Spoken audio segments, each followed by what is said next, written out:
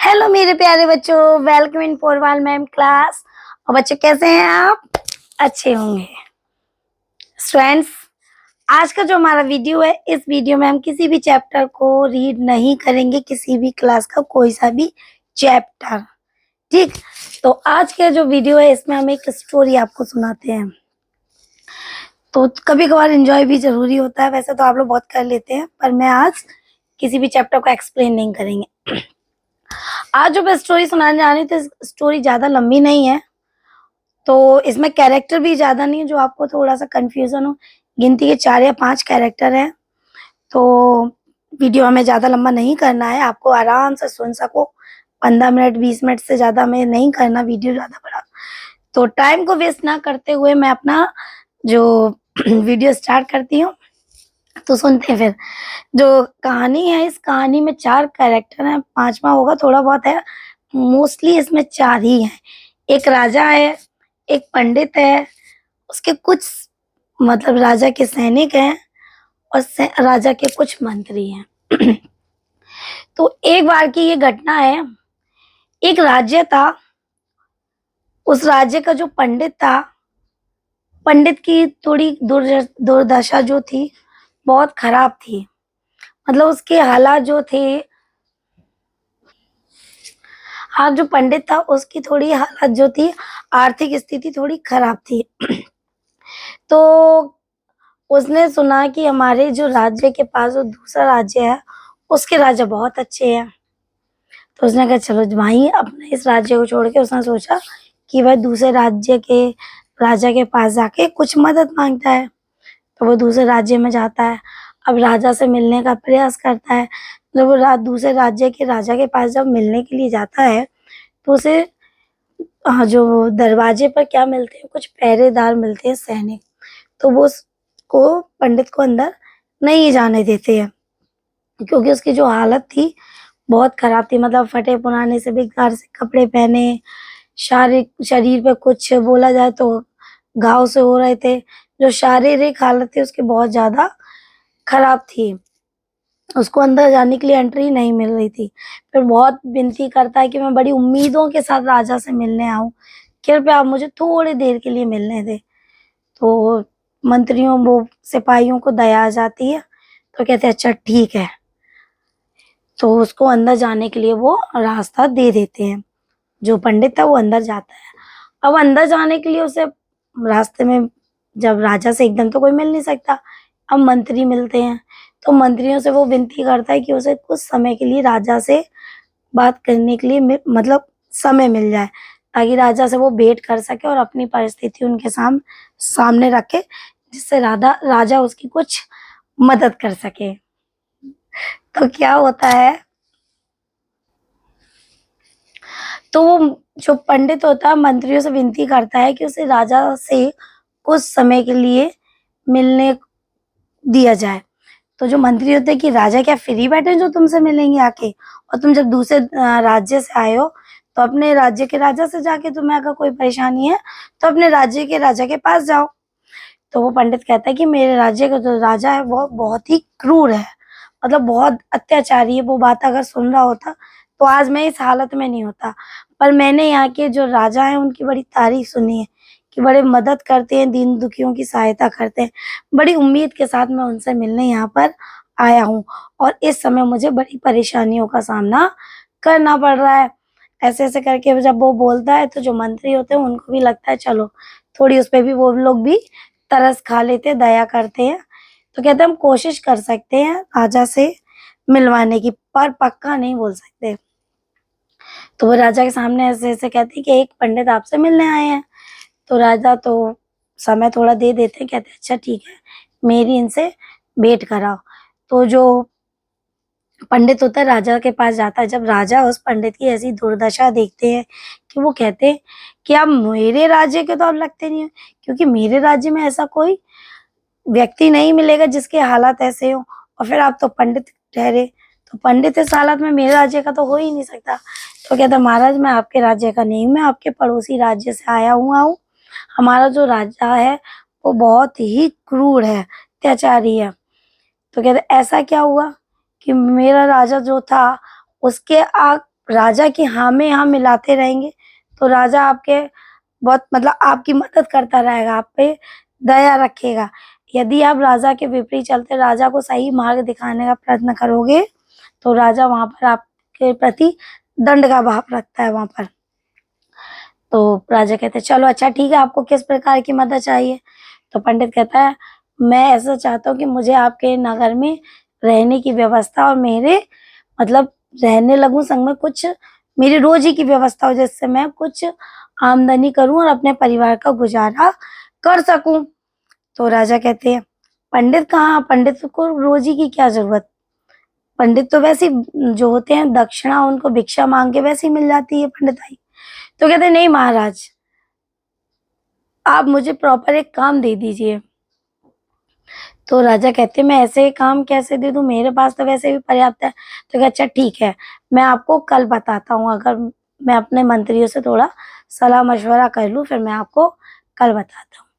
तो राजा कहते हैं अच्छा पंडित जी आप क्या क्या कर लेते पहले ये बता दो। तो राजा को पंडित बताता है कि मैं हाथ देख लेता हूँ, मतलब इस तरीके से बताता है कि मैं ये कर लेता हूँ। तो राजा कहता है अच्छा आप हाथ देख लेते हैं? तो पंडित बोलता है हाँ मैं हाथ देख लेता हूँ। तो राजा कहता है अच्छा ठीक है, आप पहले मेरा हाथ दिखा दीजिए। चलिए अगर आपने हाथ मेरा दिखाया देखा और ऐसा आपने कुछ बताया जो सत्य हो जाता है, सच निकलता है, तो मैं आपको अपना सलाहकार रख लूंगा। तो पंडित कहता है अरे वाह, तो ठीक है। तो वो राजा का हाथ देखना शुरू करता है। तो हाथ देखता है तो कहता महाराज आज आप जल से आज आपका मतलब कोई आपके साथ घटना घटने वाली है। तो राजा कहता है जल से किसी के संग क्या घटना घट सकती है? कि नहीं महाराज वो मुझे नहीं पता, पर आज आपके संग कोई हादसा होने वाला, वो किससे संबंधित होगा जल से। महाराज कहते हैं अच्छा ऐसी बात है, तो मैंने आज विचार किया था कि मुझे नदी पर जाना है। तो मैं ऐसा करता हूँ अगर आप कह रहे हो तो मैं आपको झूठा साबित करूंगा। आपने कहा कि मुझे जल से खतरा है, मैं जल के पास ही नहीं जाऊंगा। तो देखते हो मुझे कमरे में बैठे बैठे तो अपने कक्ष में बैठे बैठे तो खतरा नहीं होगा। कि नहीं महाराज आप कहीं पर जाएं या ना जाएं वो मुझे नहीं पता, अगर आपकी हस्तरेखा जो बता रही है उस हिसाब से आपका जो दिन है आपके लिए वो जल द्वारा खतरे से भरा हुआ है। तो राजा कहता है ठीक है, मैं नदी के पास नहीं जाता हूँ। तो वो कहता है ठीक है। मंत्री कहता है वो पंडित कहता है अच्छा ठीक है महाराज मैं चल रहा हूँ, मैं आपसे कल मिलने आता हूँ। तो कहता है पंडित अगर शर्त मैंने जो तुमसे कही है अगर तुम सत्य निकले, तुमने जो कहा अगर वो होता है तो मैं अपना सलाहकार घोषित करूंगा, और नहीं हुआ तो मैं तुम्हारी किसी भी प्रकार की कोई मदद नहीं करूंगा। तो पंडित कहता है ठीक है महाराज। तो पंडित महाराज ने बोला ठीक है, तो मैं तुम्हें झूठा साबित करने के लिए लो आज मैं पानी का भी त्याग कर रहा हूँ, आज मैं पूरे दिन पानी भी नहीं पीऊंगा। तो पंडित कहता ठीक है महाराज, तो फिर मैं आपसे कल ही मिलता हूँ। तो पंडित महाराज से अपने प्रणाम करके चला जाता है। कुछ देर बाद उनका जो महाराज का बेटा होता है राजकुमार, वो रोता हुआ आता है, महाराज की गोद में आके बैठ जाता है, रोता रहता है। महाराज उसको चुप कराते हैं, शांत कराते हैं। वो बच्चा पानी मांगता है पीने के लिए, तो महाराज दासियों द्वारा पानी मंगाते हैं। तो जो राजकुमार होता है पानी थोड़ा सा पीता है और पानी को फेंक देता है। जो पानी होता है कहाँ फैल जाता है, पूरे कक्ष का जो फर्श होता है वहां पे वो पानी फैल जाता है। अब महाराज देखते हैं अरे ये तो पानी फैला दिया चारों तरफ, देखते हैं तो मुझे तो आज पानी कहीं मैं इस पे गिर ना जाऊं। तो ये चीज उन्होंने देख ली और सोच समझ ली भी है कि मुझे यहाँ से संभल के जाना है क्योंकि मुझे आज पानी का बचाव है। राजा ने ये चीज अच्छे से सोच ली। पर क्या हुआ थोड़ी देर बाद वो राजा का जो बेटा था, राजकुमार थे, वो उनकी गोद में सो जाता है और राजा उस बच्चे को अपने को गोद में उठा के पलंग पर अपना जो होता है उस पर लेटा देते हैं। और वो उस समय थोड़ी देर में ये चीज उनके दिमाग से उतर जाती है कि कमरे में पानी फैला हुआ है और उन्हें पानी से खतरा है। बस यही थोड़ी सी जो भूल हो जाती है और राजा चल देते हैं। क्या होता है, गलती से मान लें या इत्तेफाक से मान लें या जो उनके भाग्य में लिखा था वो मान लें, उनका जो पैर होता है उस पानी पर पड़ जाता है और राजा स्लिप हो जाते हैं। राजा स्लिप हो जाते और वो गिर जाते, एकदम सीधे सीधे गिर जाते हैं। जब सीधे गिरते तो उनके जो बैक में थोड़ी प्रॉब्लम कमर में आ जाती है, सर वगैरह में भी थोड़ी चोट लग जाती है। तो राजा को फिर यकीन हो जाता है कि पंडित ने जो बताया यानी सत्य बताया। तो पंडित तो बड़ा समझदार है, बहुत होशियार पंडित है ये, तो मैं इसे अपना सलाहकार ही करूंगा। तो और जो राजा होते हैं अपने सैनिकों को बोल के उस पंडित को बुलवाते हैं। तो वो पंडित आता है, तो महाराज उससे कहते हैं कि वाह पंडित, मैं तुम्हें मान गया, तुमने जो बोला, और मैंने इतने बचाव की कोशिश की, फिर भी जो घटना घटनी थी वो तो घट गई। तो आज से तुम मेरे कौन हुए, सलाहकार हो गए। तो मैं पंडित जो था बड़ा खुश हो गया। चलो कुछ दिन हो जाते हैं, महीने 2 महीने ऐसे बीतने लगते हैं। पंडित की जो आर्थिक स्थिति थी वो ठीक होने लगती है। पर यहाँ पर क्या होता है, जो पंडित होता है, पंडित में थोड़ा सा घमंड आ जाता है। थोड़े से यहाँ पे कहानी में चेंजिंग, जो पंडित होता है उसमें क्या आ जाता है, घमंड। अब बताओ कैसा घमंड आता है, बताइए किसका चीज का घमंड आता होगा। चलिए अच्छा, कमेंट बॉक्स में बताइए कि जो आर्थिक स्थिति खराब थी वो किसकी थी। ठीक, अब मैं यहाँ पे जो बता रहे थे कि पंडित में घमंड इस चीज का आ जाता है कि जो मंत्री और सैनिक राजा के यहाँ सालों से काम कर रहे थे, उनका जो अभी तक जो पद था वो वहीं का वहीं था। यानी जो सैनिक थे जो बाहर रहते थे वो बाहर ही हैं, पहरेदार पहरेदार बने रहे, सैनिक सैनिक, और मंत्री मंत्री रहे। पर कुछ दिनों में आया हुआ पंडित राजा का खास हो गया। इस चीज का उसे बड़ा घमंड हो गया था पंडित को। दूसरा कि राजा जब भी कोई कार्य करते थे या कहीं जाना होता था, किसी भी चीज की योजना बनाते थे, तो बिना पंडित से पूछे वो कोई भी कार्य नहीं करते थे। हर चीज में वो पंडित का मशवरा लेते थे। तो पंडित को इस बात का घमंड आ गया था कि राजा मुझसे बिना पूछे, बिना मुझसे मशवरा किए कोई कार्य नहीं करते। तो इस चीज का जो पंडित में था बहुत घमंड था। अब क्या होता है, अब जो मंत्री होते हैं और सैनिक, वो ये चीज कई दिन से नोटिस करते हैं कि पंडित आया ना, किसी को, जैसे हम कहीं जॉब करते हैं तो हमारे छोटे बड़े जो भी, हम सबको नमस्ते गुड मॉर्निंग वगैरह करते हैं, जो भी हो, तो अपने अपने संस्कार के अकॉर्डिंग हम सब लोग उसको सबको रिस्पेक्ट देते हैं, आदर देते हैं। पर जो पंडित था जो कभी ऐसे हालत में आया था, और आज वो दंदनाते हुए शान से जाता, किसी को देखता नहीं है, सबको इग्नोर करता। तो ये चीज मंत्रियों को भी बुरी लगती थी और पहरेदारों को, कि हमने इसको पर दया की और आज ये हमारी तरफ देखता भी नहीं है। तो अब एक दो बार सैनिकों ने पंडित से बोला, पंडित जी राम राम कैसे हैं। पंडित कहते, अरे मेरे पास समय नहीं है, बाद में बात करना। और रायसी मंत्री ने बोला, क्या बात है पंडित जी, आजकल बड़े बिजी रहते हो। अरे अरे तुम जैसे फालतू, जैसे मेरे पास पंचायत करने का समय नहीं है। तो ये चीज थी जो मंत्रियों को बुरी लगी। अब उन्होंने कहा कुछ तो हमें करना पड़ेगा। ये पंडित जो है, जो राजा को इसने मतलब अपने कहे में इतना करता है कि राजा से पूछे बगैर कुछ भी नहीं करता, कि अगर हम इससे कुछ कह भी नहीं सकते, अगर हम कुछ इससे कहें भी तो पता नहीं ये राजा से क्या करते, तो हमारी क्या है, नौकरी भी जा सकती है। तो मंत्रियों ने और सैनिकों ने सोचा ऐसा करते हैं, कुछ एक प्लानिंग करते हैं, हम लोग की योजना बनाते हैं कि इस पंडित को सबक सिखाया जाए। अब पंडित को सबक सिखाने के लिए क्या योजना बनाई, जो सैनिक थे उन्होंने कहा पंडित को हम देख लेंगे, राजा को आप संभाल लेना। तो जो राजा वाला जो डिपार्टमेंट था वो मंत्रियों को संभालना था, और पंडित किसको संभालना था, सैनिकों का। तो योजना का अगला दिन आता है। अगले दिन सुबह सुबह पंडित आता है, दरवाजे पे पहरेदार खड़े होते हैं, अंदर जा रहा होता है। जो पहरेदार होते हैं वो साहब कह रहे थे कि महाराज है नहीं अभी, महाराज शिकार पर गए हैं। पंडित कहता है महाराज शिकार पे कैसे चले गए, महाराज ने मुझे तो ऐसा कुछ नहीं बताया कि उनकी शिकार पर जाने की योजना है, कि वो हमें नहीं पता। महाराज को महारानी के साथ जाना था, तो महारानी के साथ महाराज तो शिकार पे गए हैं। पंडित पूछता कब आएंगे, पहरेदार कहते मुझे नहीं पता, हमें नहीं पता कि कब आएंगे, पर महाराज अभी है नहीं। पंडित वापस लौट जाता है। महाराज उस दिन वेट कर रहे थे, तो मंत्रियों से महाराज पूछते कि आज पंडित क्यों नहीं आया? मंत्री कहते महाराज हमें नहीं पता क्यों नहीं आया। तो महाराज कहते जाके पता करो कहाँ है। तो कुछ देर बाद पंडित वो मंत्री घूम कर आते, महाराज सुना है कि वो पड़ोस के राज्य में कथा वाचने गया है। महाराज कहते हैं अच्छा, कोई बात नहीं।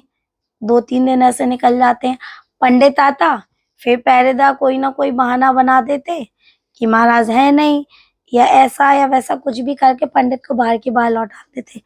और महाराज पूछते कि पंडित क्यों नहीं आया, तो वो भी कहते कि महाराज पड़ोस के गांव में गया है, यहाँ गया है, ये कर रहा है।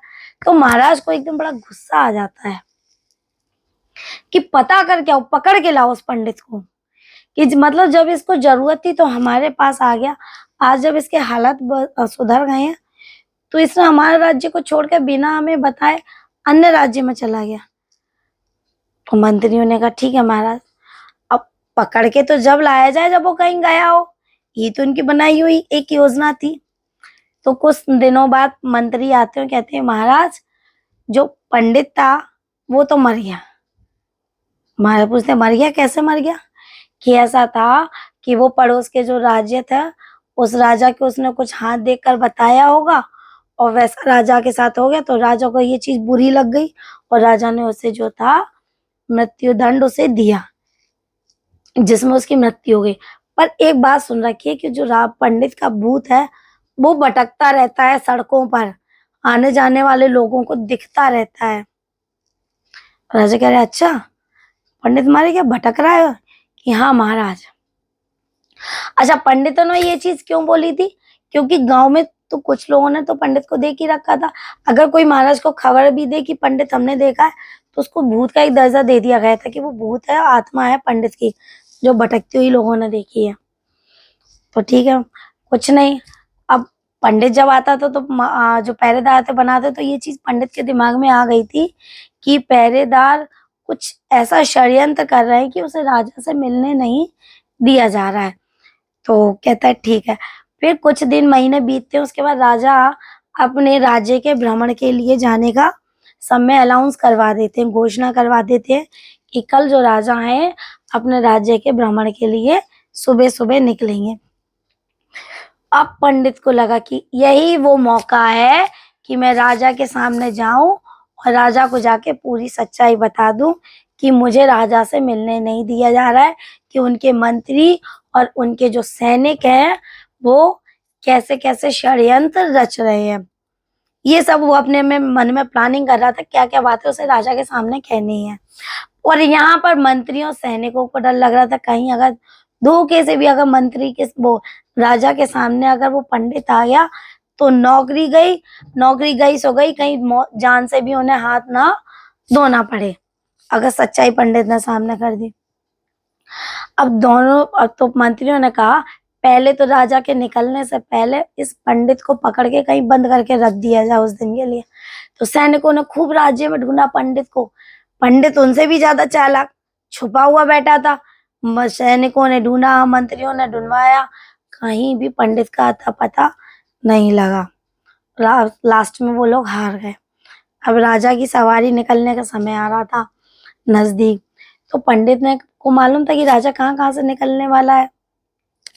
तो पंडित ने सोचा कि एक मतलब एक उस रास्ते में एक पेड़ था, बड़ा सा घना, काफी पुराना। तो पंडित को मालूम था कि राजा इस मार्ग से निकलेंगे, तो इधर से निकलेंगे तो वहीं जो पेड़ था एक पुराना, उसी पेड़ के ऊपर जाके वो बैठ जाता छुपकर। मतलब सुबह सुबह के जैसे 4-5 बजे हुए होते हैं ना, अंधेरा सा होता है थोड़ा थोड़ा, तो अंधेरे में ही जाके वो पत्तों में छिपकर बैठ जाता है और सोचता है जैसे ही राजा का रथ यहाँ से निकलेगी उनकी सवारी, तो मैं उनके पास जाके अपनी सारी बात रख दूंगा कि मेरे साथ कितना बड़ा धोखा हुआ है। तो अंधेरे में वहीं छिप के बैठ जाता है जब तक राजा की सवारी नहीं निकलती। अब क्या होता है, राजा की सवारी निकलनी शुरू हो जाती, राजा धीरे धीरे करके निकलते हैं। और जैसे ही राजा उस पेड़ के नीचे से जब निकलते हैं, तो जो पंडित पेड़ के ऊपर छिपा हुआ बैठा होता है वो फट से एकदम आता है, तुरंत आके उस रथ पर कूद पड़ता है। वो कूद पड़ता है। बट यहाँ पर क्या होता है, जो पंडित का इंटेंशन यहाँ क्या होता है, राजा को डराने का तो होता नहीं है। वो किस उससे कूदा होता है कि राजा को पूरी सच्चाई बता सके। पर वो जो उसका तरीका था, कूद कर ऊंचाई से एकदम किसी के सामने आप आ जाओगे तो सामने वाला व्यक्ति तो डर जाएगा।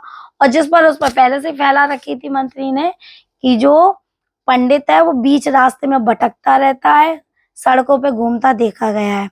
तो वो सड़क पर तो राजा वैसे ही थे और पेड़ से कूदा कोई व्यक्ति, तो राजा को जैसे हिसाब से माना तो राजा तो एकदम डर जाते कि उनके सामने कौन आ गया, पंडित का भूत।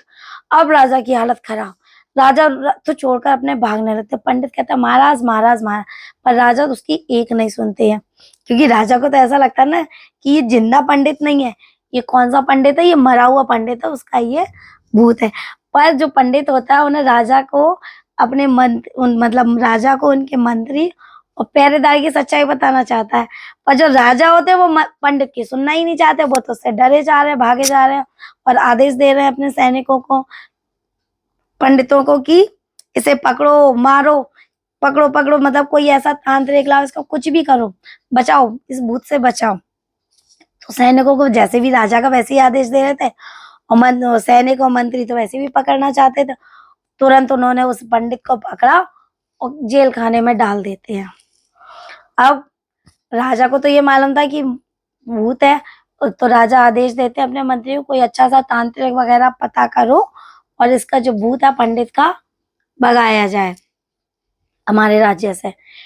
तो अब क्या होता है, जो पंडित होता है जिसको जेल में डाला जाता है, तो मंत्री और सैनिक उसके पास जाते हैं, कहते कि हमारा कोई तुम्हें इस हालत में लाने का कुछ इरादा नहीं था, हम तुम्हें बस एक छोटा सा सबक सिखाना चाहते थे कि तुम में जो अहंकार आ गया था राजा के साथ रहने का, कि तुम कुछ महीनों से आए राजा के साथ, तुम में इतना घमंड आ गया, इतना अहंकार आ गया, तुम दूसरे देश के थे, हम तो इसी राज्य के रहने वाले, सालों से राजा की सेवा कर रहे थे, हमने कभी घमंड नहीं किया, तुम्हें घमंड आ गया था, हमें बस इतना इरादा था कि तुम्हारा जो घमंड है उसे दूर कर सके और तुम्हें तुम्हारा जो सही मार्ग है उस पर ला सके। जो पंडित होता है उसे अपनी गलती का एहसास हो जाता है, वो उसके लिए उनसे क्षमा मांगते हैं। तो स्टूडेंट्स, हमारी कहानी आज यहीं पर खत्म होती है। और ये बताइए कि कहानी कैसी लगी कमेंट्स करके। अच्छा, कुछ क्वेश्चन कर रही हूँ, वो कमेंट्स बॉक्स में जरूर लिखेंगे कि पंडित को किस बात का सबक सिखाया गया, उसकी क्या क्या गलतियां थी पंडित की। अच्छा, सैनिकों ने और मंत्रियों ने जो पंडित के साथ किया, क्या वो करना सही था, करना चाहिए था, बताइए। और जो दूसरे देश के राजा के बारे में बोला गया था वो क्रूर है, अगर तो पंडित उस राज्य को छोड़कर दूसरे नए राज्य में आया था, क्या वो सही था? तो मेरे इन सवालों का जवाब कमेंट्स बॉक्स में जरूर देंगे। Okay students, like and subscribe जरूर करते रहिए। टेक केयर फ्रेंड्स, अपने नए वीडियो में नए टॉपिक के साथ फिर मिलेंगे। बाय।